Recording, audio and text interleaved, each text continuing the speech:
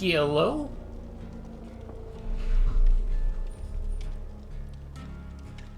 Hello? Hi! How goes it?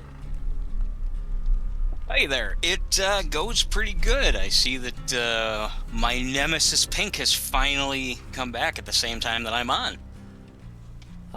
Yeah, it's been a while. It's been a It has long been a while, while. Yeah, it unfortunately. actually really has. Did you just say I hope Myers? Is that what you said down there? No, it says I hate Myers, and then it's Oh, got a I hate happy face. Myers. Oh, okay. Yeah, I am also not really a fan of facing Myers these days. I don't do very well against him. Although I have been trying to run Spine Chill more often to see how it's okay. I'm still fiddling around with my fourth perk, so trying to check things out. Yeah. I am going to switch my character though. I was going to do a challenge with Nancy, but she's just not really that well equipped for it. So I'll change to let's go to jail. And since you're in, I have tons of flans, so I'm going to use that. So more bonus points for you. Nice. Yeah.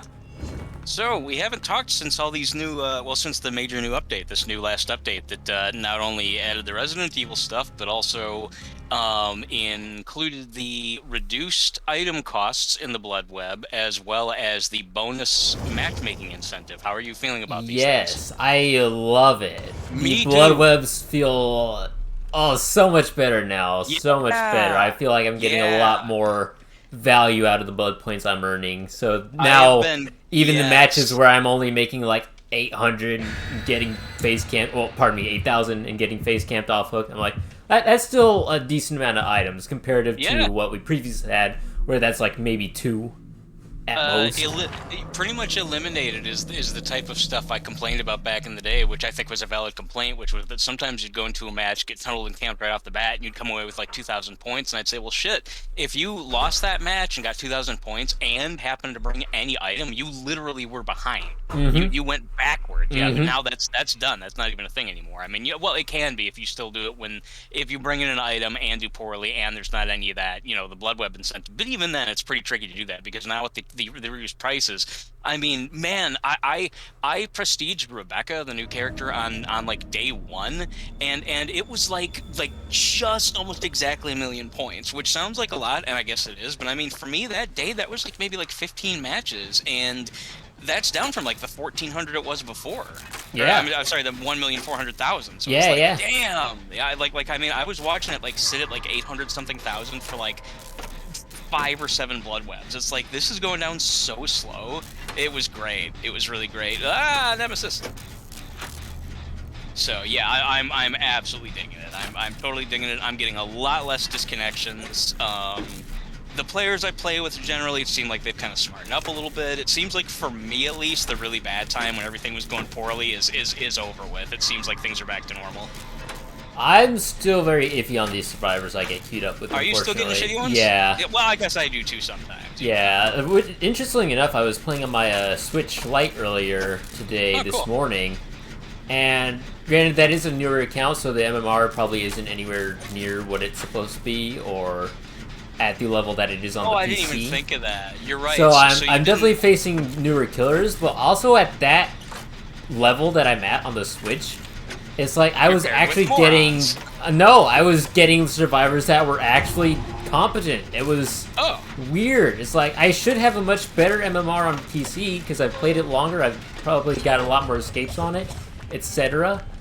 But the survivors I get queued with on PC, they'll let people go to second hook, they'll let people die on first hook, they'll ignore everything, not touch any gens either.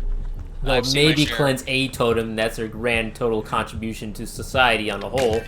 They'll open a treasure chest. Yeah. Oh, he knew. He must have heard the bones crackle.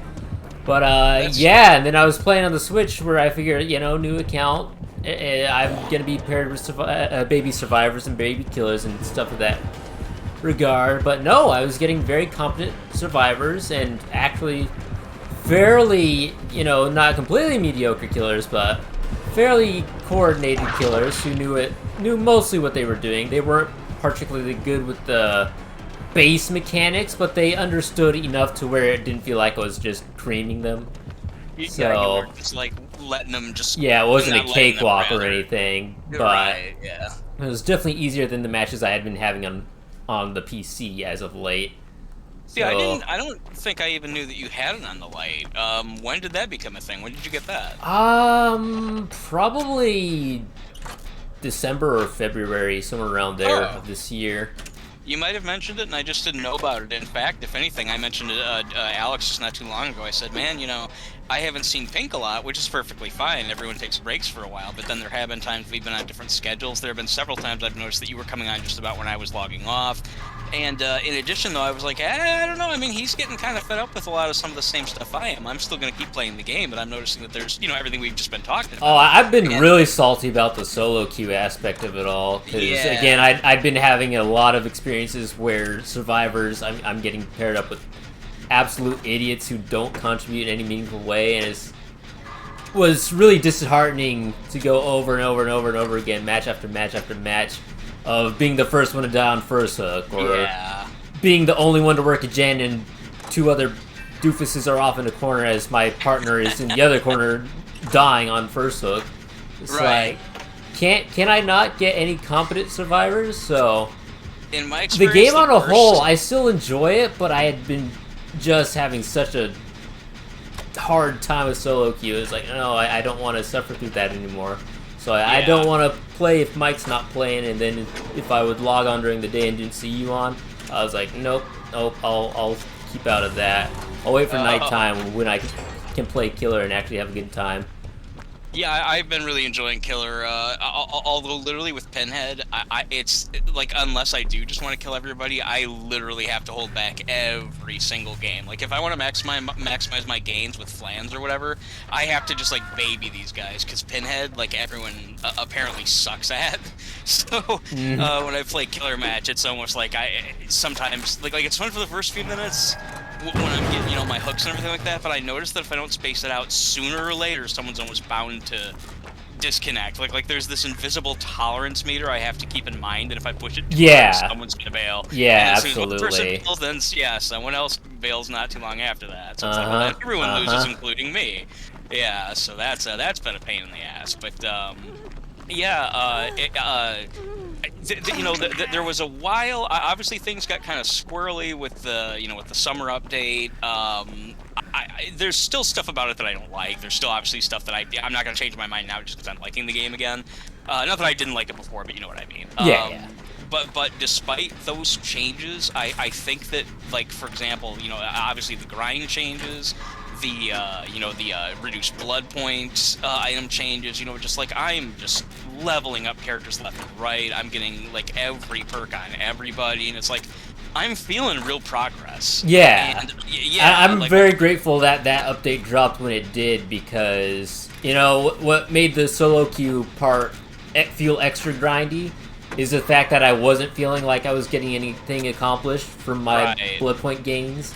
It's like I'm making the minimal amount of blood points I can make per match because I'm always first to die, and I'm not making any significant progress on any of my characters, so that's extra sucky. Yeah. So it just felt like I was getting constantly beat down with the grind. But after the update dropped and all the prices got slashed by 30%, I want to say they did it. Yeah, 33, I believe. Yeah, that sounds accurate. A literal 1/3. Yeah, it just feels so much better now. Yeah, so it does. That definitely took a lot of stress off the kind of nightmare I'd been enduring over the month. I mean, it literally is. I've always said that the grind is sort of, at least to me, a misnomer in the sense that people should be playing the game to have fun. But I mean, as you just described, sometimes you can play the game and just not have fun, because if you lose too quickly or whatever, then it feels like we haven't even accomplished anything. Yeah. So now that is so much better, and just I'm liking how much more I'm able to use more characters because I have been opening up more perks on everybody. It's just I don't know, like I found myself, there have been a couple of frustrations lately, sure, but for the most part, just things are, to me at least, just really way more enjoyable. I feel like I'm missing out now when I'm not playing the game, whereas there was a while there where it was like, I'm kind of stressed playing it. Do I want to play the game today? I don't know. Yeah. So yeah, it's I'm happy overall. I think that these changes are just, I don't know, really good. the Bloodweb expense, I mean, again, I literally on day one, I got Rebecca to a Prestige 2, just from playing for just one afternoon. I got her to Prestige 2. She's now at Prestige 3, so all her perks are on everybody right off the bat. And it's just like, yeah, I don't know. And again, that took like 3 million as opposed to what would have been a total of about 4.5 million. So it's really cool. Really cool. Oh no! I went to take the protection and he used his whip instead. That doesn't count, I guess, then, huh? It didn't even hit me, because the way he slid it went right by me and hit Ada, who was behind me, so... Not entirely sure how that works out, but his whip is weird to begin with, so... I do miss being able to get lots of good cash for the protection hits, but at the same time, I've said before that I only ever use that perk for that, and I really am glad. I've been experimenting a lot with this 4 slot. Haven't yet totally landed on what I think for sure I want to use. I've been really going back and forth a lot between Spine Chill and various zombie literally almost just fell on my head as I was exiting the basement. I didn't know he could even do that. He crawled, like he stepped over the drop as I was climbing up the stairs, and he literally fell like right past my camera as I went past him. I'm gonna attempt to heal you. Oh wait, I'm gonna pop in the locker real quick because I've got your strength. I can't remember which way. Oh shit! Inner healing. Been too late either way. Oh, inner healing. Yeah. I can't remember. Is it inner? Didn't it start as inner strength? And then it started inner strength. Now it's inner healing. Which is weird because inner healing to me is the one that sounds the more correct to begin with. I wonder why they didn't just go with that. But either way, someone's on the hook. Or no, no one is on the hook anymore. Yeah. I guess we're safe. I think, strangely enough, Nemesis let me go, even though he could have had a kill right there. But yeah, let's see. Killer variety, aside from the massive, obviously, influx of Wesker, has been pretty good for me. How about for you? Yesterday is probably the day I played the most of this week, and there were a lot of Weskers yesterday, but today there have been not that many. I faced a grand total of 1 today. The others were... I just faced a Hag and a Myers a couple matches ago. A Hag? Wow, I haven't seen her in a while. Yeah. I'm happy for that. I faced a Huntress this morning and a... let's see... a Pinhead. And I had a really weird glitch, I think, question mark, with a Pinhead, because it was something I've never seen before, but it might be a add-on or something. But when I was holding the Lament configuration and trying to solve it, I'd get poked in the butt with a chain, so I was like, okay, that disrupts my solving, so let me break the chain. So I'd break the chain, then another would spawn, and another, and it kept going. Like, for every chain I broke, 2 more would take its place. It's like a Hydra chain, and it's like, what the heck is going on here? I wish I would have thought quick enough to take a screenshot, because I was looking at my screen, and it was legit like looking up into the starry sky. There were... like dozens of little blue, chains, the little blue portals for the chains popping up all over my screen. I was like, good lord, it's like a Christmas tree in here. What's going on? Because I had never seen anything like that until today. I do know that he does have an add-on that makes it to where if somebody breaks their chain, I think against the environment, then that will automatically keep triggering more. Yes, and I thought that was a possessed chain effect, though, not a passive chain. Yeah, I think you're right, actually, now that you mention it. I don't use, like, literally... I could be wrong, because I was definitely breaking some of the chains on a doorway, because I was hanging out by the killer shack, but I just don't know. I've never seen anything like it. Yeah, this sounds like bragging, but literally, just apparently, I am so good with Pinhead. Like, I have to try to lose. Like, 9 matches out of 10, I have to just slow it down. I'm not kidding. It's just like I want to just play a normal game. He comes so natural to me that, again, if I play even at my normal speed, someone's going to disconnect. I'm so experienced with that. It's like I have to slow it down. So because of that, I don't even use good add-ons on him. I use like the basic brown ones that do things like whatever, make it to where it takes a little bit longer for the chain hunt to last, or make it to where it takes a little bit longer to solve the box, and that's about it. He's got I have like a bunch of greens and yellows and reds on him that I never even touch. Rebecca, stop! Yeah, I know. Don't bother. Don't bother. She ran and ran and ran and ran from me. I gave up. I was trying to heal her, and she just would not stop moving. Okay. Good. Yeah, Good to know. No waste of time. Yeah. She's still going. Yeah, I mean, she knew I was behind her. She kept on looking back, and it's like, dude, lady, girl, whoever, I'm following you for a reason, but okay. Okay, one less to deal with. That's. I do hate this map. This is my least of the Macmillan maps. Yeah, this is a worse Macmillan map. It's literally just like a giant open field with a couple of hiding spaces, nasty. unless like you're really good at hiding behind trees.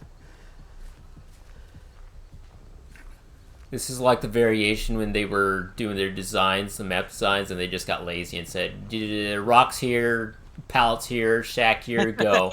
Big tree in the middle. It feels that way, yeah.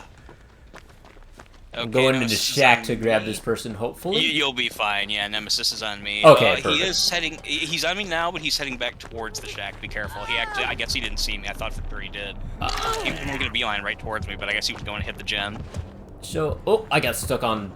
That was weird. I didn't know there was... outside. Ooh. Sorry. What was weird? What happened? I got stuck on the stairway because there was like a piece of plywood sticking out of the stairway there. Oh. And somehow, I've never been caught on that before, but somehow today is the day I learned that there was a new geometry piece to be aware of. I don't know if I ever remember seeing that either. Here's a generator. Could have been the one I was working on. It was right outside the shack, and it's like 1%. Hello? Hello. You're a coward. It's Dead by Daylight. Me and Pink are playing again. Okay. Things have improved. Yes. Things were bad when I wasn't playing Dead by Daylight with Mike, but now that I'm here, all is right in the world. Well, I appreciate that.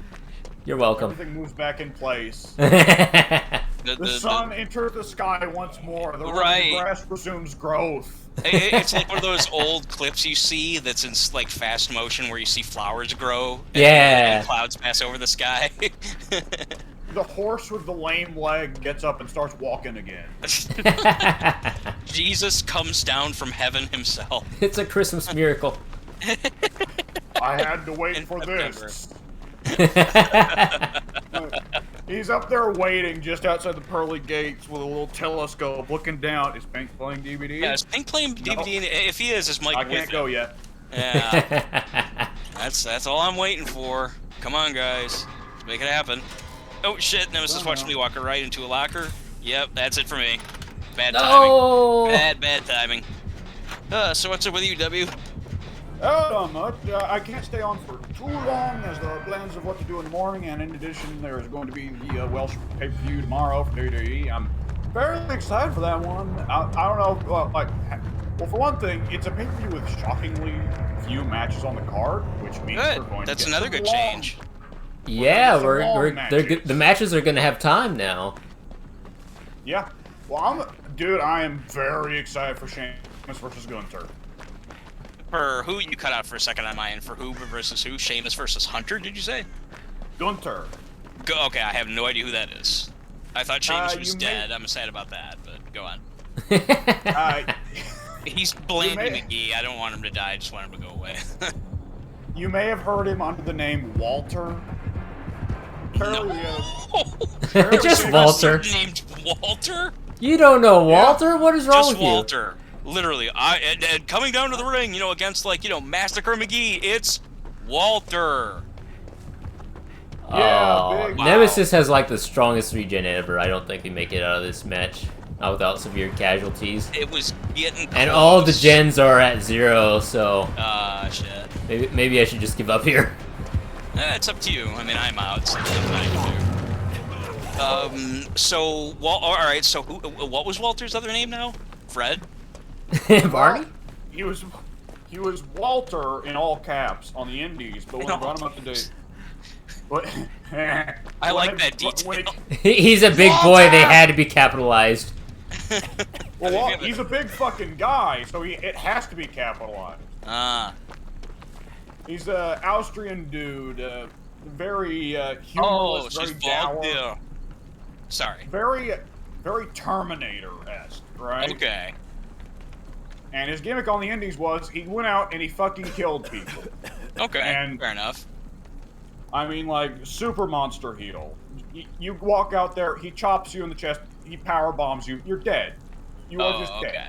Gotcha. I don't know. Extremely stiff wrestler, I need to say. But And he's only been on the indies? He's not been in AEW or anything like that? he's not done in AEW, no. Yeah, but, he was signed to NXT UK before AEW became a thing. Okay. Yeah. He was part of the big push into Europe by Hunter, because Hunter was wanting to bring NXT worldwide, and Vince said, "How about I demote you, pal?" And well, that went that way. But either which way, they pushed into Europe, and Walter was one of the guys they grabbed, and he was a hyper-dominant champion for NXT UK. He killed a bunch of people. And they finally brought him up to the main roster, and when they bring him up to the main roster, Vince is like, "Wait, this guy's name is Walter, and he used that name on the indies? Hunter, what the fuck you doing? You're Vince, you demoted me. I didn't have any control over this. Shut the fuck up! Shut the fuck up and get back to fucking my daughter! Get your fucking big nose out of my fucking office! I don't have enough room for your nose and my fucking T-Rex skull! Okay, Vince. Your Vince is getting good, by the way. Your Vince is getting really good. The last 2 years of like the time Vince was in charge and Hunter had been demoted, like Vince is just abusing Hunter in the office every day, all day. Like every day, Vince comes into the office and he's passing Hunter by in the hallways, and he gives Hunter a little kick in the back of the thighs, right? Like a strong style kick, or just like a No, like a cheesy like old man, just like eh. Yeah. What are you gonna do, you big nosed bitch? I hear that you've got ideas. Why don't you take it? Stick him sideways. Yeah. Throw him up your candied ass. He gives the Rock stanky leg as he about to walk out of the root office. Yeah, but either which way, yeah, he's Gunter. He kills people. Gunter is, I think, a lamer name than Walter, because it was always the announcer always put a lot of emphasis on it. It's Walter! Yeah, well, I mean, again, especially if it's caps. Gunter doesn't really have the same oomph to it, you know? It's more of a soft noise than a hard one. Gunter. Is Gunter in caps? Nope. Ah, that's the difference right there. Yeah. See, You lost weight. They've lowered it. What they need to have in the match, Sheamus takes him to like the edge of his capabilities, and then like just as he's about to make the comeback, his title card comes back on of Gunter, and it turns to all caps. Level up. Yeah, right. Oh no, he's powered up. It's all caps now. Run. Either which way, yeah, it's gonna be an exciting match because the thought is Sheamus likes to get stiff sometimes, but usually he's not allowed to. Gunter is famously stiff. So they're going to go out there and they're going to fucking kill each other. Could be a good brawl, yeah.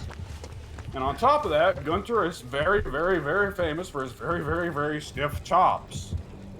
Of all varieties, Sheamus is pale as the driven snow. Yeah. So, Gunter has chopped people with decent hands before so hard that they wind up with like a... I like where you're going with this already. Because I'm looking forward to seeing how red Sheamus's chest can get. That's kind of funny, but it has merit though. It'll actually we'll be able to see.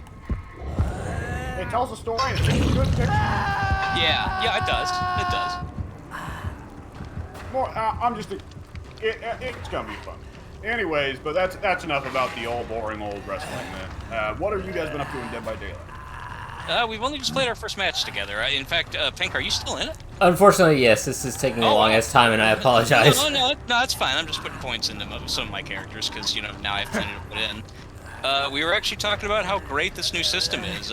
Getting characters advanced is now far, far, far easier and more rewarding and satisfying than it ever was before. In addition to all the items being 1/3 the cost that they were, which is already great. they on top of that, of course, with the changed blood point function to where when you prestige, you unlock all the perks for everybody. That's way faster. In addition, they have reactivated the thing to where you get blood point bonuses depending on if you're playing the more empty, understaffed role. So that's been going on pretty much all day. Just because more players happen to be playing killer today, I've been playing I played whatever 10 or 15 matches that were 100% bonus blood points. Just because, which is what I would normally be doing anyway. So it's like, here, just take an extra 100%. You know, and on top of that, I've been using flans to make it 200%. So it's like, I'm drowning in blood.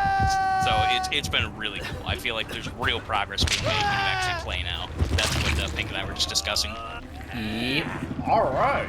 Yeah, it's really cool. The game to me feels really good now. For me, at least, I'm getting a lot less stupid teammates. They do happen, though. In fact, actually, to tell both of you guys, in one of the matches I was playing about an hour ago, I was on RPD and I unhooked a Claudette, and nothing seemed odd about her other than the fact that her name was Hex Facelift, and she was playing with somebody else who was named Hex Plastic Surgery or something like that. I don't know what the deal was, but they were clearly a team. Oh, watch out! We've got Hex Rhinoplasty coming in. Yeah, it was the two of them, and I unhooked the Claudette, no problem, everything's fine, everything's good, you know, things seem fine, and then later, I got hooked, Claudette runs to save me, and then when she gets to me, even though, and I've been using Spine Chill now, so I could very clearly see this, and plus the terror radius went away, I got quiet, she stood next to the hook, and just kind of looked around. She even kind of looked up at me, and then looked around, and I'm like, you know, I started doing the motion get me down, bitch. And at one point, she actually shook her head no, and it's like, what? Are you doing this on purpose, or do you really somehow think that the killer's gonna come make a beeline for it? What's the deal? She eventually did unhook me, so I guess okay, shrug. But it's like, what are you doing? You know, I've been seeing just weird shit like that from time to time. It doesn't even make any sense. But as far as actually useless teammates who I can see, it's the worst in Haddonfield because I always see people go up there and just crawl around in the upstairs of various houses. And at best, they'll move from locker to locker, room to room, or at most house to house and do nothing. And it's like, why are you even playing? You do realize you're not even making any points, right? You're literally just existing. What? You know what it is? I don't know. Revelation. I just reached a personal revelation, which I've probably reached before. But nonetheless, I reached it again. Okay. That revelation is locker hoppers are the exact fucking same players as the fucking players that will get down one guy as killer and then camp him for the rest of the game. Yeah, Because you're probably right. It is those killers that will go, I just need to get one, I need to get it, and then I win. Yeah. The locker as long as I escape, that's all that matters. I need the win. I need the win. It doesn't matter if everyone else got away when I'm playing killer. It doesn't matter if everyone else died when I'm playing survivor. As long as I either get one kill as killer or as long as I escape as survivor, I did not lose. Yep. Yeah, I think you're right about that. You have to, because why else would they do it? And if they're playing survivor, they then follow that up by sending hate texts like, hold this L. Hold this L, hold this loss. Is that what that means? Yeah. Get dunked on. Why don't you go uninstall game? You are so bad. Uninstall game. I love two things happen regularly. One is on me, one is on them. Whenever I do spot someone, because I always run Bond. I'm never going to not use Bond, ever. I'm just so addicted to that. Call it a crutch, whatever. I always use Bond. Whenever I see someone using it, this is almost without fail. When I see someone when I'm using it, I will go up there deliberately to just stand there and look at them like, what are you even fucking doing? And they will always teabag, oh hi, you know, I'm playing, and then they'll just walk away elsewhere, as if oh, you just happened to catch me when I was in the middle of traveling, when in fact I knew that they'd spent the last 5 minutes just going around back and forth in the same room. and yet, it is so funny to me that it sucks, but it's also funny that they have no idea that I was watching them as I was running around. It's I know you've been in here. And I just stand there, and they're just oh, hi, hey, teammate. And the other thing that is on me is at the end of the match, I always say something by the way, you know, just to let you know, I had Bond, and people can see when you're just up there doing nothing. So keep that in mind. You know, hey, by the way, people know that you can do that. So yeah, that usually I don't get a response. Usually they're either too embarrassed or salty or whatever. But yeah, in fact, I don't think I've ever gotten a response for calling somebody out on it. But Well, what oh well. response can you have I except know. like maybe there might be Well, some what were people you doing who, if you saw me that whole time? You know, leading the killer around the house. Well, I'm always kind of expecting the excuses of like, I only had to hide because you were a shit teammate. We weren't gonna survive anyway. I've actually never seen that. I'm surprised. Sadly, our game just got canceled, but we got into it. We escaped successsuccessfully! Yay! Yay! We did. Sadly, Speaking well, no one of hold lost that L. Yeah, right. Take that, killer. Yeah, it was Xavier disconnected. It was what was his name? Xavier. Xavier. He was playing as Ada Wong. We would have faced a Legion with 2 perks. Oh, good. I'm glad that well, the 2 perks could have been manageable, but I'm still recovering from Legion, so I'm kind of fine with that. He had no add-ons, so yeah, it would have been a fine match. It actually would have been, yeah. Discordance and Legion Mad at least Grit. Discordance is good on its own, but you know, Mad Grit is very situational. Mad Grit, but then not. I rarely ever see a Legion who does not have the Iron Maiden, which surprises me then that he didn't. He or she. Maybe you only had enough room for 2 perks, or enough levels for the 2 perks. Yeah, I forgot about that. You're right. Yeah, I saw that we were lucky enough though that someone was using a flan, someone I think might have been you was using party streamers, and then someone was using a cake. Okay, so at least the 2 of us will still benefit from this next match. Again, I have even just between Lori here, who I'm using now, and what's his name, Ace.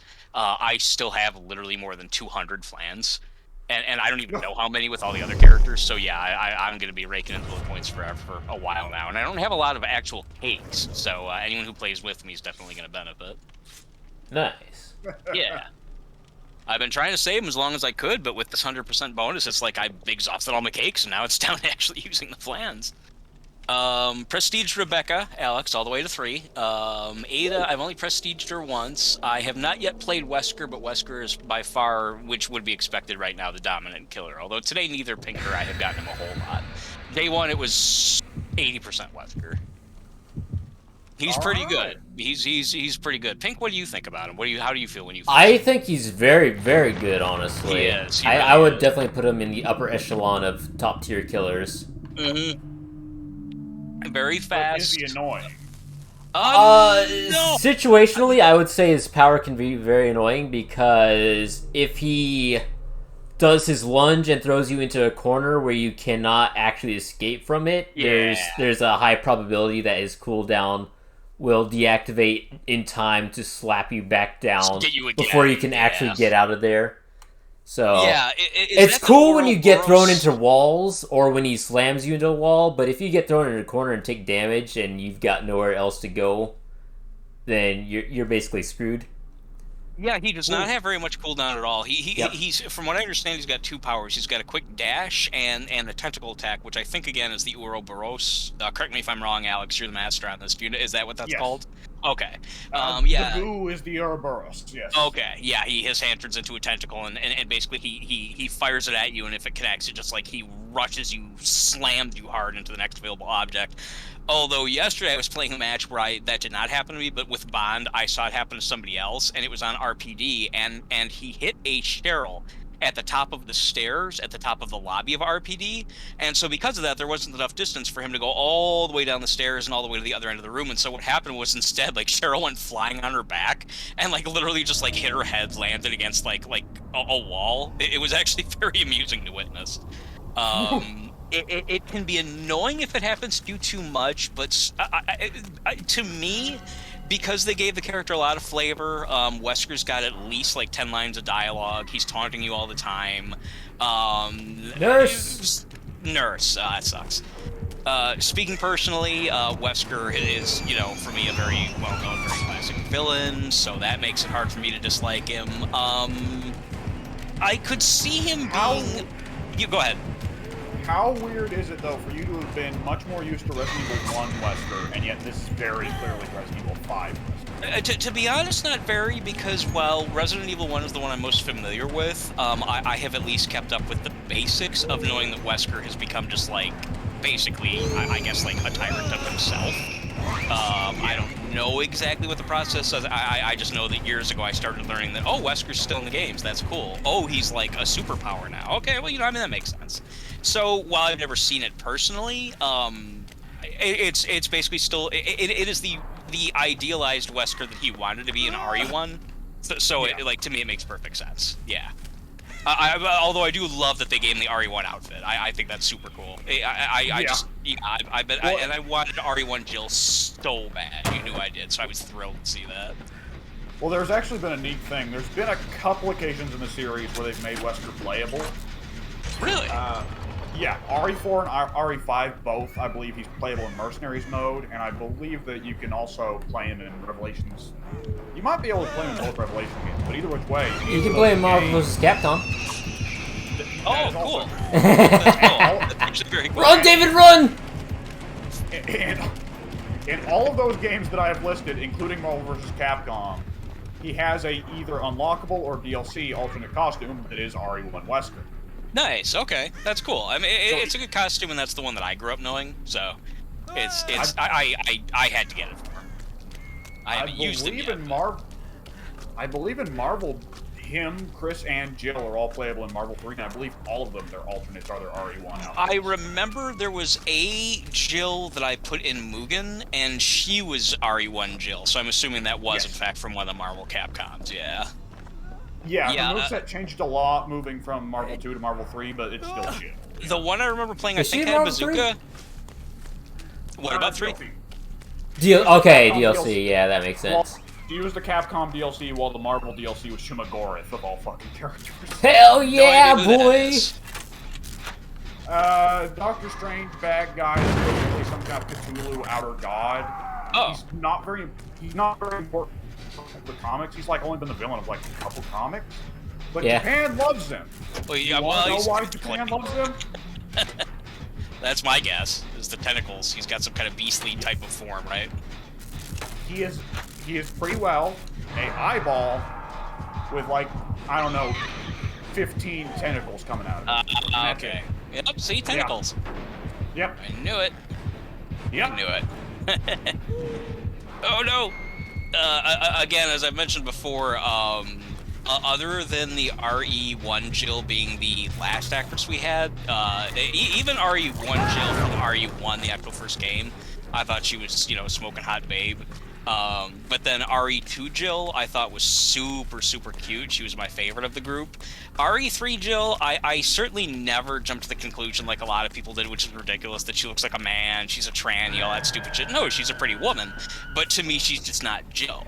She's too, like, intentionally sexy to be Jill, whereas I think the first two were just generally just attractive, just without looking like models. And so the only thing, as I've mentioned, the only thing that would have made it better is if they happen to have a, like, RE2 remake Jill, or sorry, RE1 remake Jill in the RE1 costume. Like that would have been perfectly fine with me, but even just the fact that we get the outfit alone and that she recalls RE1 Jill, I'm very, very happy about that. That made my day. Like, that was so unexpected. I had no idea they were going to do any skins at all. I thought it was going to be 3 characters, period. Oh, here, wait, let me... I can't get in there. Yeah, there you go. It's neat to see the RE3 Jill model wearing the RE1 Jill clothes, but... And this is not my usual kind of thing that I remark on, but it is very amusing to see it be like the RE3 Jill body type is clearly a good bit different than the RE1 remake Jill body type. Was she, the RE1 remake Jill, having never played the game and only seeing the pictures, she was kind of short and petite and cutish, whereas RE3 Jill, the modern one we have at least, the remake Jill, modern Jill, whatever you want to call her, she seems taller and more slim. Am I wrong about that? I wouldn't say it's a big difference in that regard, but I mean, RE1, if you go back and play RE1 Remake, whether the original on GameCube or the re-releases now on modern consoles, that game had some fucking jiggle physics, let me tell you. Oh, yeah. I need to get into this. And, you know, there's a lot of stairs in RE1. There are a lot of stairs. I'm liking the sounds of this. Yep, you know me, I ain't the one to go looking for that, but, like, it's hard not to look whenever she's going down the many stairs there are in that game. You could be a gay man or a straight woman, it's still the natural motion, it draws the eyes. Yes. I remember once when my cousin showed me the remake for the first time, so that would have been back in about 2002 or 3. Somehow my girlfriend at the time was aware of the fact. I don't know if I just mentioned it or if I just came home saying, wow, that Jill, whatever. I don't know what it was. But either way, she was like, oh, so you played that new remake, huh, with that new Jill? I bet that excited you. And I was like, oh, I mean, you know, she's good looking, whatever, what can I say? And my girlfriend at the time, she did like a chest jiggle. Like she kind of shook her arms around and she was like, Captain Wesker, where's Chris? And I was like, yeah, that's great, keep doing it. And she's like, no, asshole.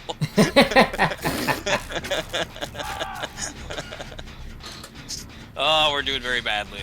I thought we were doing well, then I looked at the gen count and it's at 4, and I'm like, oh my lordy. Yeah, this is one of those damn nurses that knows what she's doing, unfortunately. I've been trying to juke her and it hasn't been working very well. He's got the double thing that she does or whatever. She's okay, 2 down. I'm injured. One person's on Jen's. Yeah, that's me. Well. Oh, that's you? Okay, I'm gonna try to, she's gonna have to hook those other people or she's gonna come after you because I'm in the locker, so. Alright, she's committed to one of them. I'm gonna try to pick up the guy who's downed. Then I will hop back on here. I'm right next to your Jen. I'll finish it if I can. Good stuff, good stuff. Yeah, try and see what we can accomplish here. Alex, you said that tomorrow, in addition to watching that event, you were also... What is tomorrow, Saturday? Saturday, yes. Tomorrow's Saturday. Are you not doing a podcast tomorrow? My family, we are going out to for Mexican food. Oh, okay. Well... Change of pace for once this month. Well, we come close to making it a weekly event by now, but this week we're going to a barbecue joint they really want to try, and they want to get their ahead. Okay. Understandable. I found that at restaurants, usually about 3 o'clock in the afternoon is ideal. I have this nurse's number. Oh, yeah? Yeah. Or does he have yours? We'll find out later. Yeah. Soon enough. I'm gonna go depending on who sends the sext.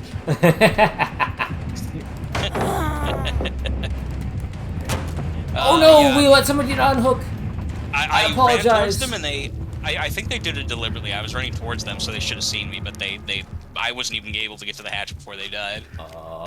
So now we're definitely gonna lose the match, but the person was on their second hook, so I guess it's understandable. Yeah. Stupid nurse on the stupid swamp. I've been getting a lot more RPD. The first 8 was almost nothing but RPD, so I was loving that. I know that. Well, yeah, I can't remember. How do you? This is the first time you've seen now the real official new RPD with all the giant holes everywhere. Do you like the map any better now, Pink? I've only played on the map once, and it was against Myers, so I hated everything about it. Oh, yeah, okay. I only played for about maybe 5 minutes on that map. Oh, so wow. So yeah, it was not a good match. So nobody knew what they were doing.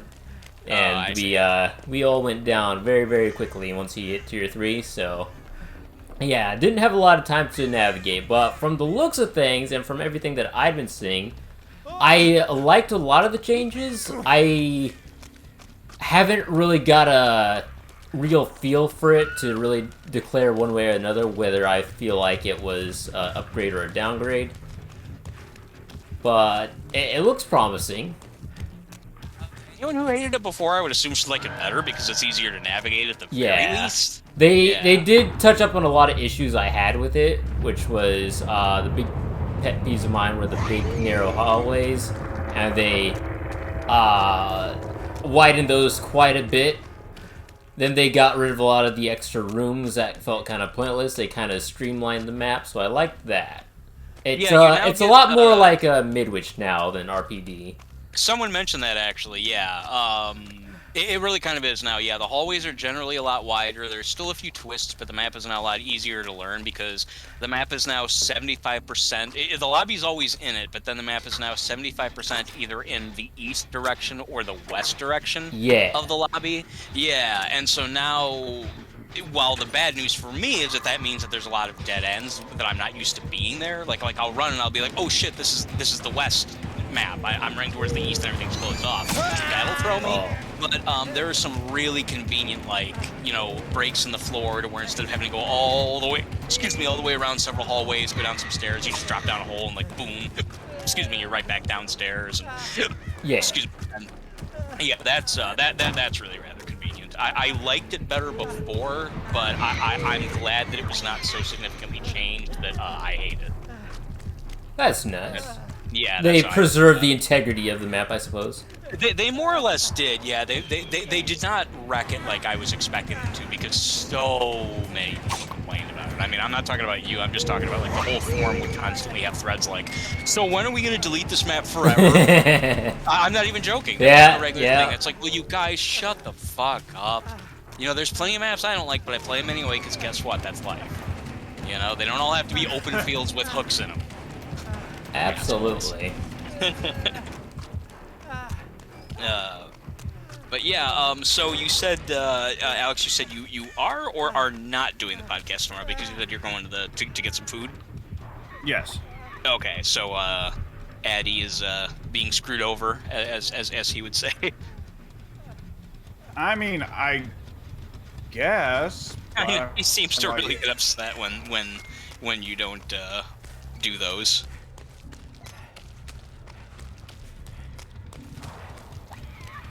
Hello? We're still here. Oh, okay.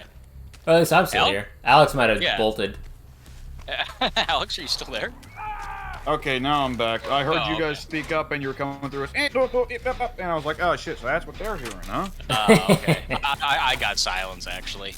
Yeah, I just know that Addy has made a couple of, like, veiled in humor, but clearly still a little bit peeved comments about, like, yeah, you know, every time I want to do something with Alex, turns out he's got something else going on. And I just thought that might be another situation tomorrow. But that's fine. Well, you gotta do what you gotta do. The point of this group channel thing is not to make a serious career out of it or to try and make any money. It's for us to let some things out and give it fun. And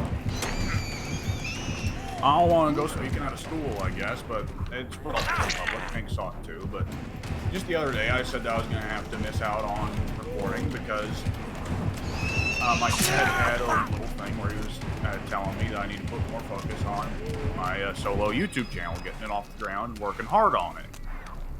And he later retracted that. But anyways, your dad did? Your dad retracted it? Yeah. Okay. I did not see any of this post, so it's news to me. This was in the moderator exclusive chat, but it's not really that. Like, I'm at liberty to fucking reveal what I want. But anyways, Addy kind of backhandedly smart-assed my dad, saying, "Well, yeah, you have to rake in all that YouTube cash everyone's getting. No way to do that, splitting it into thirds." Oh, okay. Well, I mean, I don't know what Addy was necessarily thinking there. I certainly hope he doesn't think that we're going to be making money off this, but man, like, it took everything in me to not just go, "Hey, motherfucker, you don't joke about my fucking family." And I was like, cool it. Yeah, it's understandable. Yeah, I mean, you gotta remember from Eddie's perspective, he does not have the relationship with his family that you do. You're lucky to have a really good relationship with yours. Yeah, so he probably can't relate. Yes, my initial, like, thing was, yeah, like, what the fuck? But then I thought about it. I remember, like Addy said before, him and his dad don't really get along. Right. So I don't think he gets along with most of his family, to be honest, from what he said. Well, it sounds like he's a bit of a mama's boy, but I think he can speak. His mom is the one I hear the least about, but yeah, I'm sorry, go on. But he, I don't think, like, well, there's a little bit there where it's like, Addy, we're not gonna make money from this. This is not going to work. But either which way, on some level, I think Addy was really thinking, like, he was commiserating there, like, oh yeah, your dad's a son of a bitch too, huh? And like, no, I love my dad and have a great relationship with him. Addy reminds me of the idealistic, you know, my friend Pat Howard. Remember again, as I've told you guys before, I absolutely 150% did not, in any sense of the word, want to make that forum for our podcast. I thought it would be a waste of time. I thought it would be a bunch of stress. I kind of had fun putting it together, but it's like, as I said to him, it's like, not only, like, dude, you know, he was like, man, if we get popular, we're gonna get sponsors, and it's like, no, we're not, because we're just a couple of guys. It's like we shouldn't go into it thinking that, it's great. He's like the ambitious type. He gets all these dreams. Half the time he follows through, half the time he doesn't. But he's always dreaming. He's always thinking of how everything's going to be so great if only we take the initiative. And I just felt bad because he was really pushing hard on social media, which obviously I have no part of and I don't want to. And so I thought, well, I should be doing something. I mean, he's out there trying to get the word out. I guess the least I can do is try to figure out how to make up pro boards or whatever. But I thought to myself, and this wound up being true. I was right. It's like, if we make a forum and we start talking about it like 7 episodes in, if we happen to have like 10 listeners, they're going to go there and see an empty forum. And it's going to look pathetic. I'm going to be embarrassed. I tried to kind of hint that to him, but I didn't want to say it outright because I didn't want to just like kibosh what he wanted to do. But it was like, man, this is so stupid.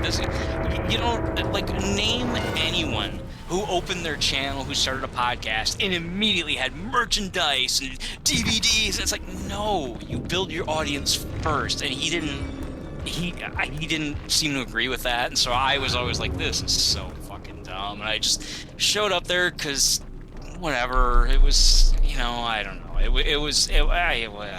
My point being, Addy reminds me of Howard in the sense that he has this ambition and he seems to think that all he's got to do is keep trying and it'll work. Maybe that might be true someday. For their sakes, I hope it is. But in my experience, it doesn't work that way. I don't know. Go ahead. Honestly, I think Addy's solo outing stuff is good, and it has a history of actually being rather successful. But at the end of the day, really? Like, when you say rather successful, how do you define that? What do you mean? Like, does he actually have a really good audience? When he posts, but he almost never posts nowadays because the anxiety of doing it gets to him. Yeah, I can understand that.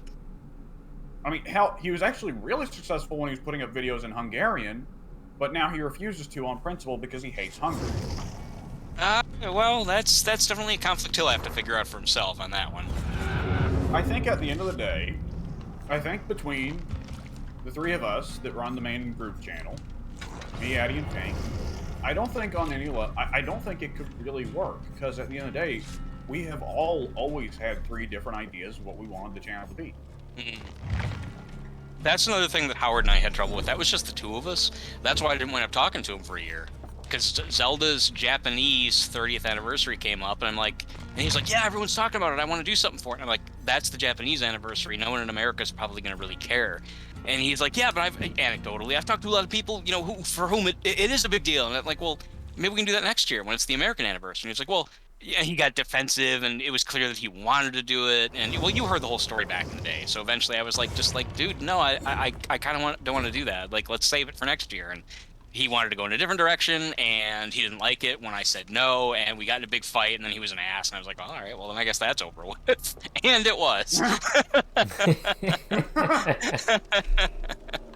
So, yeah, since then it's just been like me just kind of doing my own thing on my own channel, which obviously, I think it's fair to say, I hope you guys believe me, because this came as much as a shock to me as anybody. I did not expect to ever in a million years make a video that had 1 million views. The highest view count I ever got. Ain't it? It's just about at 1.3. It hit its peak, and then now it's settled. I still get about 1,000 views a day, but that's down from like the 20,000 views a day I was getting, which is fine. Yeah, I mean, there was a while there, I took a picture of it. I have to go back and look because I still have it somewhere, but it was like, I was gobsmacked. It was like literally like 18,000 on a Friday, 21,000 on a Saturday, and it's like, why? Like, what is this? Did this guy suddenly, like, he's dead? So, like, what did someone, like, show up in the news talking about him? Or, like, why am I suddenly getting all this traffic? I don't know. All I know is that when I did it, because I didn't expect it to happen, again, I am at a very divided crossroads. It's really pretty much 50-50 to where it's like, I love the fact that quiet little shy Mike, who could barely even approach girls he liked in grade school or whatever, my voice has now been heard across the planet by more than 1 million people, which is just like, what the fuck? But then at the same time, everyone wants more of it. I shouldn't say everyone. It's not like, oh, I'm in such great demand, but the people who have watched the video, they say, oh, you're really good, you should do more of this, and then it's like, now it feels like a job. Now the anxiety comes in. It's like, I was happy just doing a channel with bullshit with my friends. Now it got popular, and now it's like, every time I think about doing something new, it's like, oh, I don't want to do that, though. I don't want to sit and do another serial killer video. That was just a thing I did on a whim because I thought it'd be kind of fun to try, and I didn't expect it to take off. It's just as much, I appreciate it. Ultimately, I'm grateful for it, but I didn't expect it, and I didn't necessarily specifically invite it to the extent that it is. And so it's like, in a way, I can't believe I'm saying this, but in a way, I sort of kind of do now, sort of understand the whole Kurt Cobain mentality of I was doing this for fun, and now there's all this pressure to be great for everybody all the time, and sometimes I just don't feel like it. You know, I kind of get that. I never thought I would, but yeah, it's, you know, oh, nurse again, by the way. Well, yeah, then. like, it's, the funny thing is, like, I just made my first video on the solo channel my solo channel, in a good long fucking time this morning, and it was along the very same lines as the Warhammer video I did, like, a year ago now, that got 38,000 views. That's right? good. That's real good. It is, but it's, like, incredible. Like, that's a fraction of what you got, and I'm still kind of like, ooh, can I do it again? Right. There are people expecting, and I know there are people expecting. There are people that chime in on every video I make now, unrelated to it. Like, I pumped out one video every 2 months since, unrelated to it, and people comment like, "Hey man, good to see you're still around. Can't wait for the next this." Yep. It starts as a passion project. It starts as something you just want to do out of fun, and then now suddenly your audience is expecting things out of you. Now it's a chore. Yes. Now it's a job. Yep. Yeah, yes. I totally understand. And that's how George R. R. Martin published 4 books in the space of about 3 years, and then 1 book in the space of 20. That's honestly true. I've said it before, the last book he made came out when the show started. That's where the story currently is in the books. Remember when Game of Thrones debuted? Remember how old you were? Well, that's where the last book is. That's where it's sitting right now.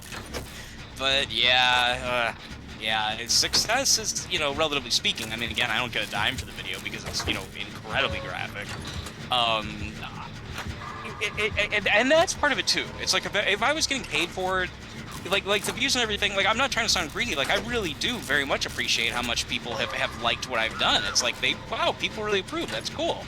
But I don't get anything out of doing more of it other than just knowing that more people are happy, and that's I'm happy about that, but I'm just as happy playing a video game and not caring about what other people think about my job performance. Yeah. Sorry. Well, I'm frozen. Why am I frozen? Sorry, go ahead. I'll say that on your side, there is at least one thing that makes things easier, which is if you're not getting paid for it, then why should you bother making anything that anyone wants? Why not just make the next thing you want to do? Like, fuck it. Oh, fuck off. I don't want your attention if you're gonna make a video saying, like, hey, do you watch my videos? Well, fuck you then! By all means. To be honest, you could get a crowd for that, too. I could. Yeah, doing pretty much anything on YouTube is going to get you some kind of attention. Whether it's the kind of attention you want, that's a different story. That's why when I finally do, and this is also my own fault, I've just taken so damn long, I've made so many videos. When I do finally open up the video game version of my channel, I'm going to enjoy it more, because that's going to be me, like I have like 10 Phasmophobia videos ready to go, and like, that's fun. I sit and play Phasmophobia for 2-3 hours. I make jokes, I tell stories, I talk about horror movies, I talk about the game. You know, it's not just me doing like almost like a book report on serial killers or whatever. A subject I very much do find interesting, but I don't really feel like doing a book report. Question. Yeah, go ahead. Did you ever try like just reading off entries from the Columbine guys' journals? I have thought about it. No, now that you mention it, in fact, actually, I have. I'm glad you reminded me of that. I should try that again, because I did get far enough to actually make recordings doing it, but I was not quite happy with the performance. And I thought, it's getting kind of late. I'll try this again tomorrow night or whatever, and I never got back to it. So I kind of forgot all about it. The one who wrote the most was the aggressor, the dominant one of the two, which was Eric Harris, and he's the one who's spitting out a lot of vile fucking shit, angry and aggressive, and you have to get like really mad talking about, you know, fucking stupid people and their fucking bullshit, you know, and that was kind of fun because again it was inhabiting a character, it was a performance, but again, like somehow I don't know what it was. I can't put my finger on it. It was about 2 years ago. I did it. I recorded it. I listened to it. And I'm like, I could probably do better. And then I just never tried again. And I have forgotten until just now. So maybe that should be the next thing I do. I think people probably would like that because a lot of people have been saying, supposedly, man, you're great at voice acting. You're great at these. I mean, they're weighing it off of one. You know, I only did one, guys. I only did one, you know, but they're like, oh, man, you know, you do such a... I really thought it was him, and I thought this was the real tape. How many movies did Daniel Day-Lewis do? Like, are you asking rhetorically, or... Because he's... Rhetorically, but it has to be a number less than 20, right? I think so. Probably thereabouts, 20 or less. He's kind of reclusive. He really takes his craft seriously, but he's also, like, just as much into being, like, a carpenter or whatever. Yeah, I'm looking it up.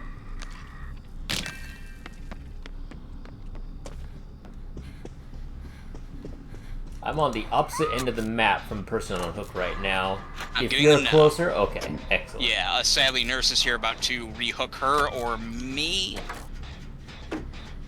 She's not double blinking, so this might not be the best Nurse. That's good.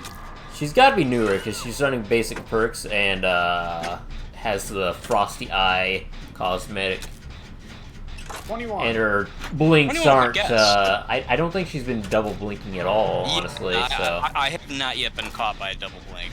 I've only encountered her twice. I haven't been hooked yet. I managed to get away. How did that happen? I just realized that. Oh, that's right. She was trying to bring me to the basement. She got kind of fucked up. And then we both froze, and I was terrified. I'm like, "What's going on? I'm right in front of the basement. Let me run away!" I couldn't move. So 21 movies for Daniel Day-Lewis, and that's interesting that he won an Academy Award for 3 of them and was nominated for probably like 3 more. Yeah, let me look it up. What a nerd! Real quick. What a nerd! He's successful, stupid ass. What kind of nerd gets successful? Dork. That's for losers. Dumb, Success is for movie actor losers. guy. That's a title of my autobiography. For losers. Oh, only failures succeed. I should write a self-help book with that title. It'll be a bestseller. It's a Daniel funny Day-Lewis. Daniel Day-Lewis won 3 Oscars and was nominated for 6, which happens to also be the exact same amount as Frances McDormand. Wow. I mean, she's good, but I never thought she was that. Well, that's also, you know, Frances McDormand did more movies in general than he did. Yeah, that's true, and I haven't seen all of the ones that she's supposedly really good in. I've never seen her be bad, but it's just like... Go ahead. It probably also may not necessarily help for Daniel that he isn't fucking the director, so... that's true, That we that's know true. I forgot about... Yeah, that we know of. I forgot, yeah, she's... Instead of Lincoln, after filming, you know, Daniel Hey, Steve, what are you doing today after we wrap? I was hoping we could cuddle. I didn't do that. Do you think he stays in character as Abe? I supposedly stays in character all the time. He stayed in character as Plainfield or Plainview. I guess he was like really. I hate to see what he did to the director of My Left Foot. I've never seen it. Wasn't he supposed to be sympathetic in that movie? I mean, although obviously playing a paraplegic. Well, sympathetic, but could only move his left foot. Hence the title of the film. Literally. Oh shit. Okay. Wow. Oh, so everyone might have had to like wheel him around and shit. Yes. Maybe. A lot of people who worked on that movie afterwards came out saying, "Man, I fucking hate Daniel Day-Lewis. Motherfucker was treating feed him and shit." I didn't know that was confirmed. That's interesting. Yeah, that's that method stuff again. Yeah, him and De Niro are the hardest about that I'm aware of. They're the ones that are really. It's like that's the way to go. That's how you gotta act. Or yeah, the Olivier quote. By all means, it's a good quote. Well, yeah, on Dustin Hoffman. Yep. On the set of Marathon Man, I believe. Yeah. Yeah. Tried acting. I can't remember what he was doing. Like he did something that was like either painful or detrimental to himself or whatever. And he needed to act exhausted in the scene, so he just ran up and down the stairs a bunch of times. Which, honestly, not to diss on Mr. Olivier, God forbid I suggest anything like that, but honestly, as method acting goes, just running up and down stairs to make yourself tired is pretty reasonable method acting things. Yeah, it is. You know what would have made it? You know what would have made it trouble though? What's that? If they had to do like 30 takes and Dustin was doing it between every take. I could see. Might have been. If he did that, then I can see Mr. Olivier saying, "God damn it, Dustin! Knock it off. We're sick of taking you to the hospital for these strokes." Well, you know that they don't do just one take, so yeah, that's the most likely outcome. Yeah. Well, generally, people are better than Stanley Kubrick about it, though. Oh, God. Kubrick and Fritz Lang. I remember there's... I can't remember if it was Kubrick. No, it was Fritz Lang on the set of M, the really good serial killer movie with... oh, God. Peter Lorre. Ooh, Peter Lorre, yeah. Peter Lorre, yeah. He had to throw himself down some stairs, and apparently, for some reason, Fritz Lang made him do it like fucking 30 times. And he was the one doing it, not a stunt guy. So it's like, what the fuck, man? How many times did he shriek? How many times did Stanley Kubrick shriek at Shelley Duvall while filming their staircase scene? I've heard him. From everything I know about Kubrick, I don't like him. He's made one movie that I really loved. A few other movies that are good, but just not really whatever the masterpieces people claim them to be. But just he himself seems like he was just like one of those misunderstood artistes, you know, who just fucking punishes their crew for no apparent reason. There's only two actors I've heard of that said they liked working with Kubrick, and it was Nicholson, unsurprisingly. Nicholson strikes me as somebody who wouldn't, you know, allow someone to unreasonably push him around. Yep. He seems like a tough guy. And the other guy that liked working with Stanley Kubrick was Arlie Army, who again is another guy that would not let Kubrick push him around. Yeah, I could easily see him standing up to Kubrick and just being like, "Motherfucker, I'm not doing that again. You used one of the 10 takes we already did. Fuck off." What is your major malfunction, Mr. Kubrick? Private fucker.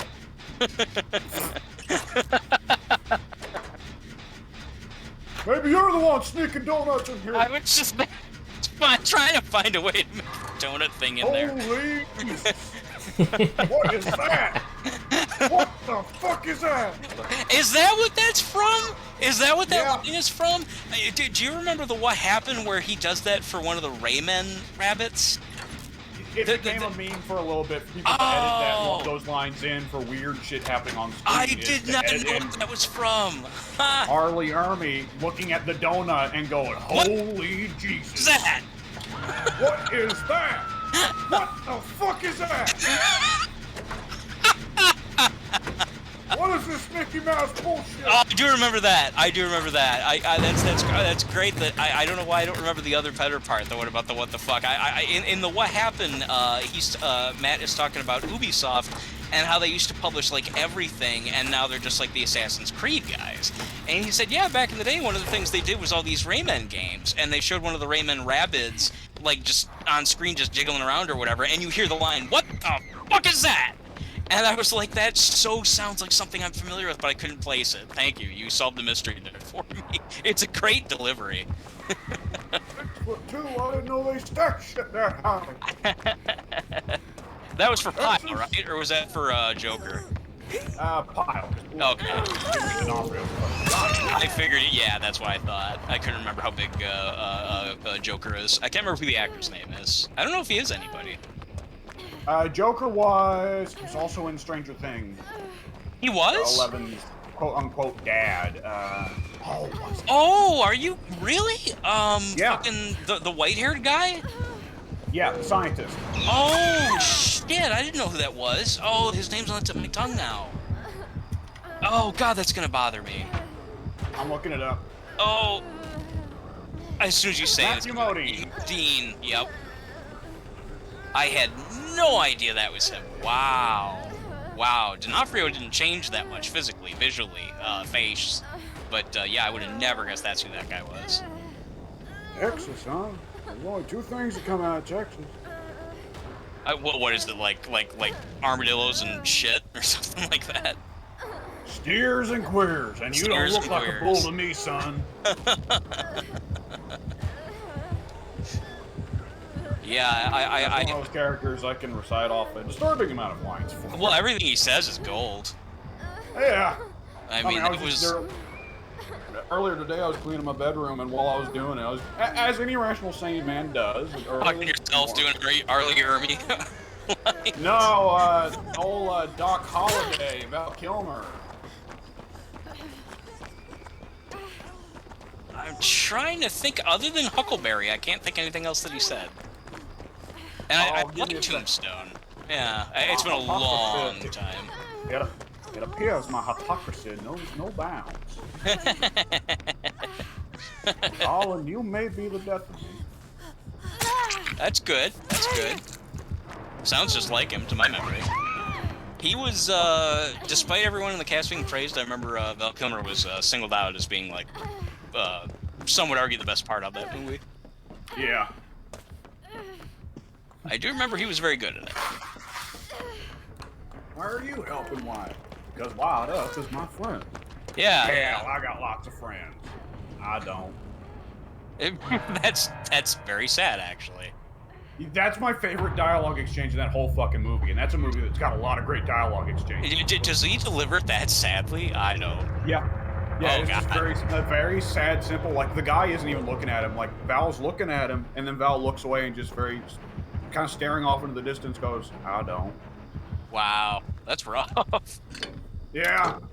Well, that's the thing about Doc, is that Doc has the cool one-liners, and he gets some of the most badass moments in the movie, but Doc is very clearly a guy who has a good moral core, who has nonetheless made all the wrong choices in his life, and is now paying for them all at once, you know? Ultimately pays the biggest price. Well, I guess that can be debated as well, but yeah, he gets it pretty bad in the end. Well, this is a surprise. Pink, I hope you're doing gens, because I'm running around in pain, and I haven't been able to find any way to heal myself nor Jen. I'm working on a gen right now. Oh, good. Okay, It's she's at over by very me. few percentage, though. It's gonna be a while. I forget, Mike, Oh, yeah, go ahead, Alex. did you say that you've watched the Two of Mandalorian yet? Yes, yeah, absolutely, yeah. So when the other day we got to the episode that introduces Rosario Dawson as Ahsoka, right? Yes. And What? there is Episode. That was a good episode. Oh, Pink, you didn't know Rosario Dawson is Ahsoka? I had no idea. Of course I did. A grown-up Ahsoka, of course, a middle-aged Ahsoka. It's not Ahsoka isn't still Ahsoka. a teenager. That we know of. Yeah, she could age differently. She was an alien. Yeah, I mean, That is true. Grogu's like 1,000 years old. Something like that. 50. 50. What's he been doing that whole time? Well, they said Sitting he's in been an egg. cryogenic. They said he was like frozen in that egg for like the entirety of the Empire's reign or something like that. Oh, okay. Oh. Makes Because sense. you remember they said he was in the Jedi Temple. He was one of the younglings, but I guess he got put in the egg, and that's why Anakin didn't just butcher him like he did the other small children. Oh, okay. I don't remember them saying that. I remember them referencing the Jedi Purge, but I didn't remember his specifics. But go on. What was it about the show? Either which way, in the episode with Ahsoka, introducing Ahsoka, you know, they go against the industrialist chick and her right-hand dude. And as I was seeing that, you know, that little showdown between Mando and the right-hand dude, I was looking at him and I was like, I recognize him. Who is that? Son of a bitch. Who is that? I know exactly what you're talking about. And he does. I didn't recognize him because he's I aged knew pretty him rough in right some away. regards. I think that's funny. Go on. I did not, you know, I didn't recognize him until he started turning his head up and looking down his nose at Mando. And I exactly recognized that facial expression at that tilt from when he played Johnny Ringo in Tombstone. And I was like, motherfucker, it's, how am I forgetting his name? Michael Biehn. Michael Biehn, yes, thank you. Yeah. I always called it Biehn. I could be one or the other. I've never heard it pronounced out loud by anyone with authority. Like, it's funny that I recognize him more by Johnny Ringo than Kyle Reese, isn't it? Yeah, for me, it's definitely Kyle Reese. He even had a small part in The Rock, which no one remembers. He played just like a 10-minute role as one of the Marines who gets killed, but he was good in it. Yeah. It was a very intense scene. Yeah, well, I mean, like the Marines infiltrate an area and happen to come up right where Ed Harris and his men are, and they have like a screaming match. Ed Harris is like, Marine, I'm ordering you to stand down, and he's, Michael Bihn's, like, sir, like you, I regret that, we've lost some of our comrades, but I swore an oath just like you did, sir, that I will defend my country against enemies, foreign and domestic. I'm telling you to stand down. I will not give that order. You give that order. I will not give that order. What's wrong with you, man? It's a really good scene, actually. So he's got some really good dialogue. But yeah, so he makes an impression, but he's in a very small role. He gets wiped out after that. Yeah. But Terminator. I was glad to see him in Mandalorian. It was cool. Just that I was sad that, like, I appreciated that he did not have like this big overwhelming role that took over the whole show. But I was sad that he was just only in that one episode, and it's pretty evident he's not going to be in anymore. Yeah, I thought it was a bit weird because they've had celebrity bit parts that you don't even find out it was that celebrity until afterwards, right? Yeah. Like, for all intents and purposes, the first episode of the first season, Brian Pawson is there for 5 minutes as a cab driver that gets eaten by a giant monster. That's all he gets, you know? Oh, what was he in? I don't recognize the character's name, the actor's name. Oh, comedy guy. He's weird. I think he's an actor, but he's really more noteworthy, I guess, for just making appearances and being opinionated. Give me a second. Making appearances and being opinionated. Stand-up comedian, actor, voice actor, musician, writer. Oh boy. They've gotten a lot of comedians for the show, strangely enough. Bill Burr was on there twice. Did you watch Bob Odenkirk and David Cross's old show, Mr. Show? I did. I've seen only parts of it, but I do know who David Cross is, if that's who you're going to reference. Well, Bob Odenkirk and David Cross used to have a skit show they ran together called Mr. Show. And apparently Brian Pawson was on it. Oh, okay. I see. I thought it was pretty much just the two of them. I didn't know there was like a third party. Let's see. He apparently received... Oh, he wrote the show and he got nominated. Oh. He wasn't just on it, he was also the writer for it, and he got nominated for Emmys for that. Oh, okay. I know Taika Waititi, which one? Mr. Show? Yeah. I've heard loads of good things about it. Taika Waititi, he not only directed one of the episodes, but he did the voice of the robot that gets reprogrammed to be good.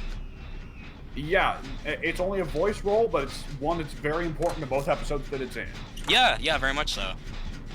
Like, Bryce Dallas Howard directed a couple episodes, for God's sake, and they were both really good.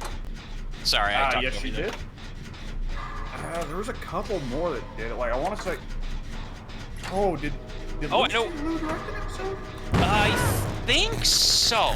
I think she had some involvement. I know that, oh god, I can't remember his name now. The guy who plays the warden in Shawshank and Mr. Krabs on SpongeBob, he played a role on the episode where they're basically, it's like the bottle episode where they're on the ship running from bounty hunters.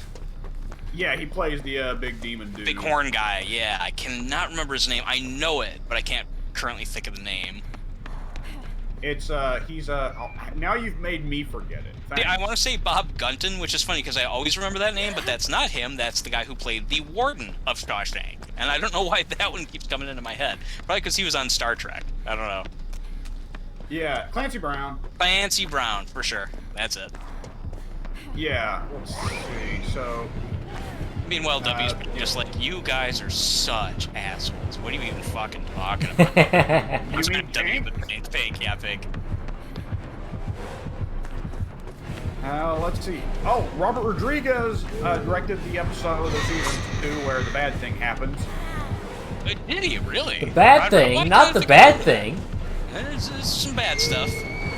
Although I guess it depends. There's different ways you can look at bad. Hang on, let's see. It was an episode about touching inappropriately. Oh no. Yeah. Yeah, it was kind of like an after-school special type of episode. Always have to There is have an at least episode- one every series. There is an episode where Grogu gets punched. Like, they don't show it graphically, but they show a fucking stormtrooper just, like, haul off and punch the thing when it's in its little grip. And that was hilarious. Like, that actor got so much fan outrage. He was like, well, I was just playing a character. I felt bad, too. Well, the thing I love is, one thing, he doesn't just punch Grogu. I believe he, like, pretty well hammer blows. Guys, he falls off and full-on just smashes him in the fucking face. Two or three times. Or something like that. What's that? 2 or 3 times. He hits him more than once? I don't remember Yeah, that. well, he's got him in the bag and he's on the bike. He hits him a Oh, good he couple does. He hits times. the bag, yeah. But then there's... you're right about that. I hope and you're I working a forgot. generator right now. I've been looking for one desperately. I know there's one upstairs and I can't find the fucking house. And the funny thing is, they knew people would get mad at those characters. Yes. Those characters get it so fucking hard. Like, Were they they're not up also- there at, Oh, they're shit. up there for, like, holy deaths in Star Wars, you know? Were they not also the ones that, Oh, shit, They were- that's it. I tried. They also killed Nick Nolte's character, didn't they? Yes, they did. The little guy? Yeah. Kind of weird that they gave him a comedy moment then before they died. Like, they're just regular stormtroopers doing their job, you know, missing. Yeah. As they do. Yeah. Damn That it, episode in first time. season 2, when they go to get to the volcano base, right?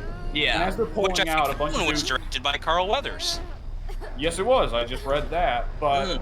as Carl Weathers and Gina Carano are flying away, and the stormtroopers come out on the bikes to chase after them, I hate, but I also love that one of the stormtroopers is apparently such a shit driver. They are not, like, pursuing them through a particularly difficult area at all. They've had no real impediments or obstacles placed in front of them. Nonetheless, one of the stormtroopers on a biker nonetheless crashes into a rock and explodes. Because they just do that, I guess. He lost sight of his goal, just kind of looking around like, where do I go? Oh shit, there's a wall.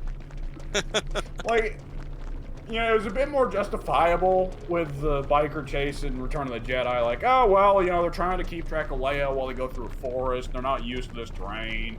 True, But it's like, yeah. dude, you aren't being particularly fast. You've been on this base for a long time.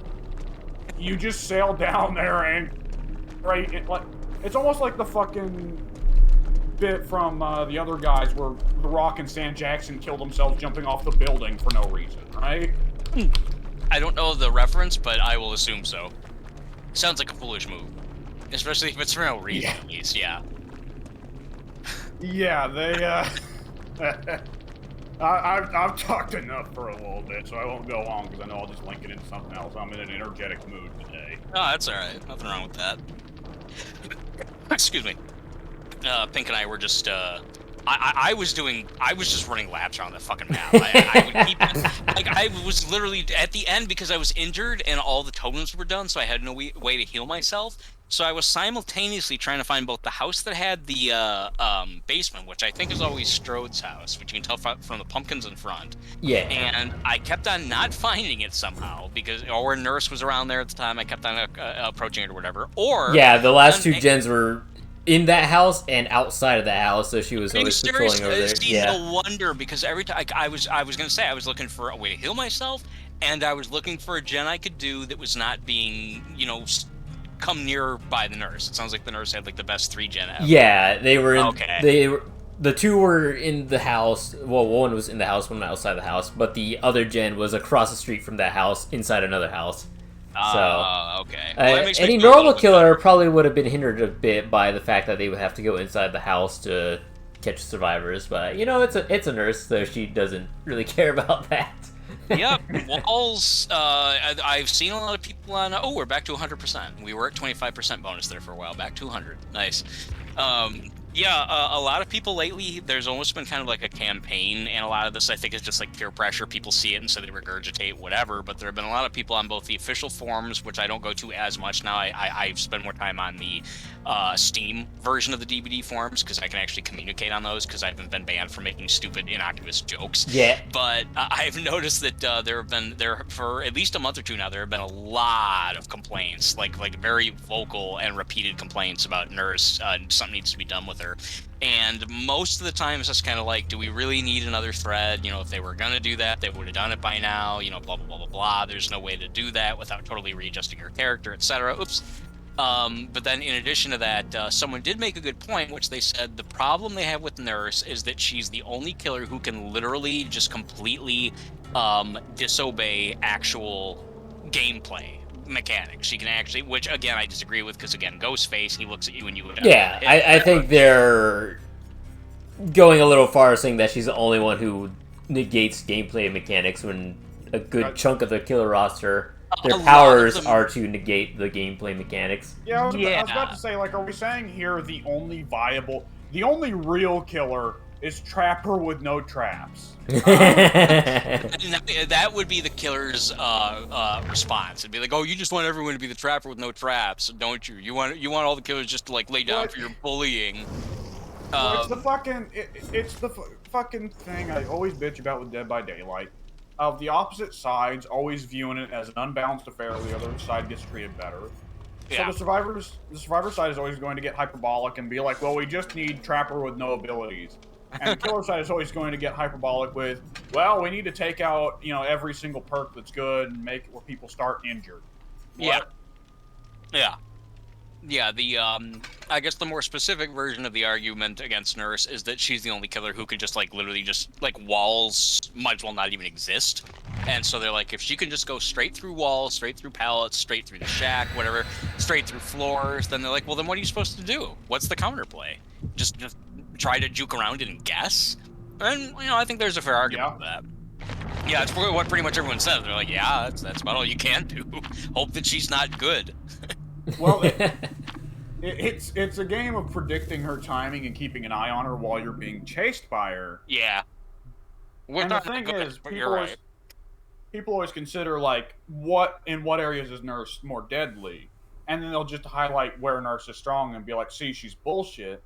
But they leave out, there's a lot of elements to the game where you'd have to worry when you're facing other killers. And for Nurse, it's like, eh. Because at the end of the day, like, you gotta worry about pallet timing with other killers. Nurse, don't bother. Yeah. Nurse is she actually good at aiming? No? Okay. Yeah. Nurse is, I think, the killer, out of all the killers in the game, she's the one that's most dependent, whether you win or not, is most dependent on how good they are, as opposed to how good you are. That's how I feel. I think that's definitely fair. I think that's a big part of why Nurse has never really been nerfed, because at the end of the day, there are never going to be enough skilled nurses patrolling around through the lower ranks to really impact the player community at large. That's the counter argument, and I think there's fairness to that. I think for the top tier guys, she's a fucking menace. But for the top tier guys, I mean, the top tier survivors will have their own varieties of bullshit that we've all seen. So it's kind of like, well, it's just a bit of thing of like, it's never a good occasion in fighting games. Well, a little bit of a slip of the tongue there that worked out anyways, but it's never competitive games to have like a player who is good with the top tier stuff. A top tier player playing a top tier character messing around in the lower ranks is bad, but that's not a Dead by Daylight exclusive problem. You can pop into Call of Duty and you're rocking around with, I don't know, 6 hours of playtime. You still think, you know, whatever generic gun this is good. Then you run into some fool who's got all the sprinting perks, and he's got dual shotguns. Oh, yeah. He's got all the fire from the hip perks, and he's just cleaning out the entire server, and he gets the nuke in, like, fucking kill streak, and it's like, what the fuck?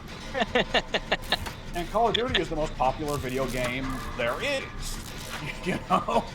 Pretty much. At least it was for a while. I don't know if it still is, but I haven't touched it in a while. I don't know. Which one might beat it? Ooh, Wesker. Yeah, Fortnite's probably overtaking it at this point, but from I would say throughout the 2010s into the new decade, it was absolutely Call of Duty in the front lines of all video games. COD, I think, probably has more legs, though. A lot of the Fortnite audience is probably going to grow out of Fortnite, whereas COD is still considered acceptable as an adult game. It actually seems like Fortnite, from what I can tell, I don't play it because, again, I played it once, and, you know, one element of it really turned me off. Well, two, the second element being that I couldn't kill anybody and was getting killed constantly myself. So it was like, well, this is not fun. You know, aside from the building thing, sorry. What did you say? Kane? What? Pain? This is Pain. Oh, this is Pain. It was. It really kind of was. I played it for one night. It's like, literally, even though I played it for 3 hours, I remember I got a total of 2 kills. That's not an exaggeration. I killed 2 people throughout, like, 3 hours worth of playing the game. Not 3 games, 3 hours of playing. It's like, okay, if, like, either I really suck at this, or, like, this is just not my kind of game. Everyone else is already so much more experienced, whatever. Either way, I think I'm going to quit, because what's the point? I made it to the top 10 in my first match, and I never killed a man at all. How does that work? Wandering around the map, not encountering anyone, and That not is knowing true. what to do. The fucking same way you can win a Smash Brothers by hiding in the goddamn corner and waiting for everyone else to take each other out, and you just sweep in at the end. I didn't know you could do that in Smash Brothers. Aren't you always on the screen? You can, but just generally try to focus on being in the spot where everybody isn't fighting. So even then, I would clarify that's a reason why a lot of people nowadays, instead of setting it to limited lives mode, will instead set it to unlimited lives, but it's 3 minutes to whoever gets the most kills, right? In that case, Okay. you can't hide. You have to be in. I see. Yeah. That would be more fun. Yeah, Fortnite. From what I've seen of it, based on their constant tie-ins and stuff like that, and some of their merchandise, it seems to me that Fortnite is supposed to be very kiddie, very family-friendly, kinda, I guess. Which is weird in a game where it's all about just killing each other, but, like, relatively speaking, it seems like that is a fanciful version of that concept, whereas PUBG, I guess, is the more mature one, that apparently no one plays, even though I think that one was first. Yes. PUBG Well, actually maybe. has a I actually massive- don't know when Fortnite entered beta. PUBG actually, I believe, has a massive player count and is one of the most played games on every platform, but the trouble is you're comparing 1 million players from PUBG to 10 million from Fortnite, so it's a bit like...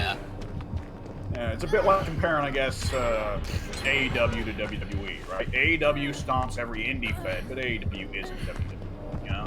Yeah. I just don't know. Well, I mean, obviously, there's clearly dramatic differences between the 2 different games, but having never played PUBG, wanted to, never been able to, but aside from appearance, I don't know if, like, and I guess PUBG also doesn't have that building element, which again, as I've said before and just now, was the part that I really didn't like about Fortnite. I don't know if they're that different beyond that, like if the core point of the game is different beyond that. I don't know. Well, in Fortnite, you can play as Rick from Rick and Morty. Oh my god! Oh my god! Yeah, Rick and Morty again. I watched the first 2 seasons over like a weekend, and it was like, I kind of think I've had my fill. I enjoyed it, but it's like, okay, yeah, I've kind of OD'd. And then, like, it was like the next minute that apparently everyone else also found out about the show and made it just like something I wanted nothing to do with ever. Insufferable. Yeah, it really did become insufferable very, very quickly. This is my new god. It did kind of reach those heights, yeah. I mean, it was just like... I liked it at first because I do think, unlike Wild Knight, at least relative to other cartoons, and I think just honestly, generally speaking, it is a very intellectual show as far as some of the concepts it comes up with, some of the dialogue, some of the scenarios. You know, I think it's a pretty well-written show for the most part. Not in totality. There's some episodes that are just fucking garbage. But that aside, the most obnoxious elements of what the show is are what really took off the most. And that is never, that's just not a good time. You know, That's always a bad sign. Yeah, it's, you know, oh, in this episode, you know, Rick gets turned into a pickle. Ah! Yeah, okay, I don't really care. That's not really that impressive when you get down to it, but alright.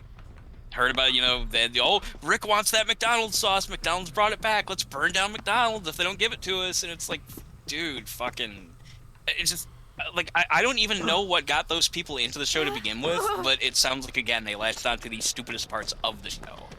And found themselves thinking that they were smarter than everybody else because of it. Well, I bet you there's 2 different aspects there. Well, 3 different aspects. There's jokes about intricate actual science, you know, concepts. Like, here's an entire episode of jokes about quantum mechanics. Yeah, that's the kind of stuff I like. Yeah. as you said, yeah, highbrow comedy. Then there's the stupid lowbrow stuff, like he turned into a fucking pickle, or Morty wants to get laid. Right. And then there's the third joiner of the party, which is Reddit armchair atheist types who are like, oh man, you know how stupid Christians are?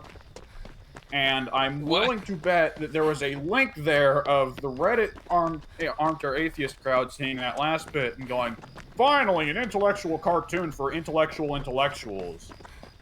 And that led to everyone else getting it, and that is also why Ted took one look at that show and went, fuck that. Yeah, I've noticed that I don't know as much recently, but I know there have been many examples in the past of something that was either subtly or blatantly pro-conservative or pro-Republican, and like because of that, without him admitting it, of course, he loved it. And if something was like directed by someone who was like a famed anti, whatever, like a famed abortion supporter or famed progressive or something like that, he'd be like, oh, everything that person does is stupid. Their movies all suck, and just like it's obvious that he just didn't want to support them because of their personal beliefs.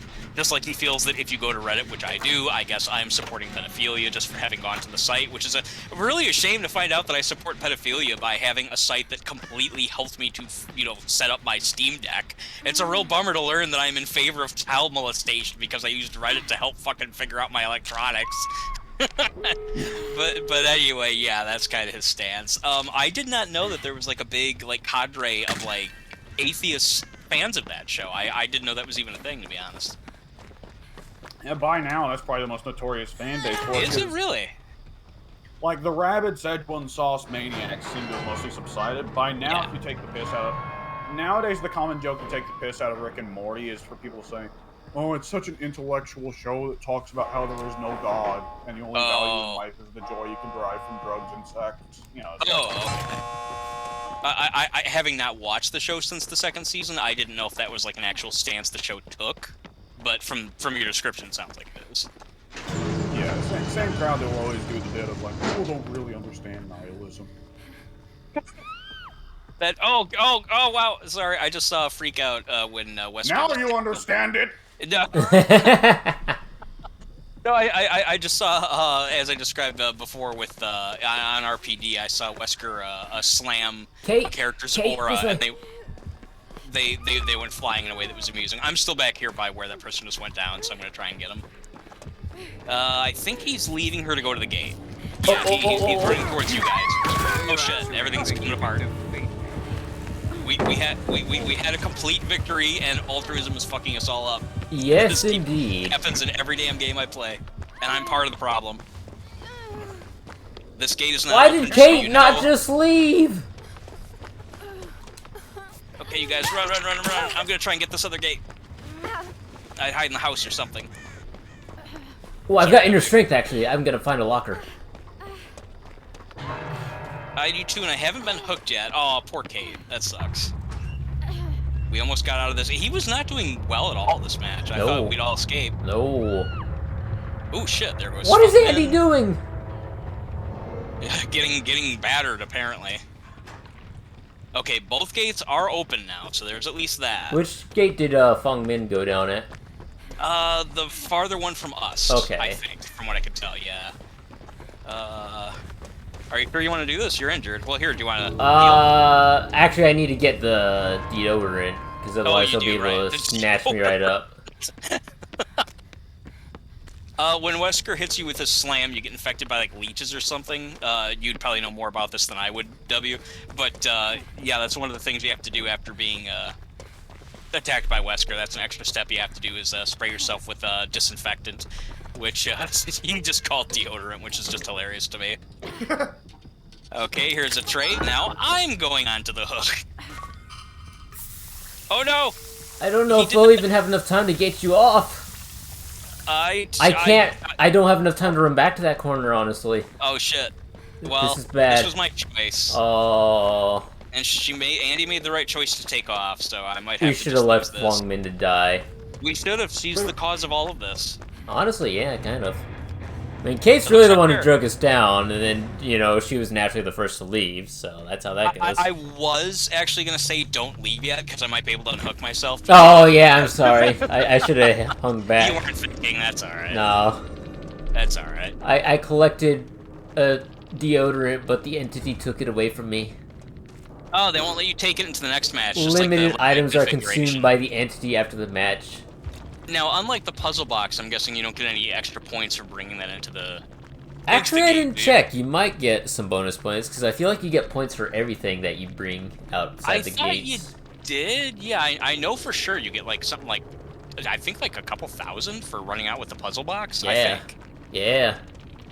I was trying You to get get doing points for running out with the Nemesis's vaccines, so I don't see Oh, you why do? you wouldn't get... Yeah. that. I never knew that. I'll have to start doing that. Yep. Then. Yep. There's Oh, been no. plenty of times I've been in a match with him and I didn't bother. What's that, W? If the vaccine gets out, then they can duplicate it. Nemesis will get nerfed super hard. I thought you were gonna go in the direction of, oh no, if they do that, then you know someone will get a hold of the disinfectant or whatever, and they'll the vaccine, and then they'll study it and reverse engineer it, and it'll be. And then all the kids become autistic.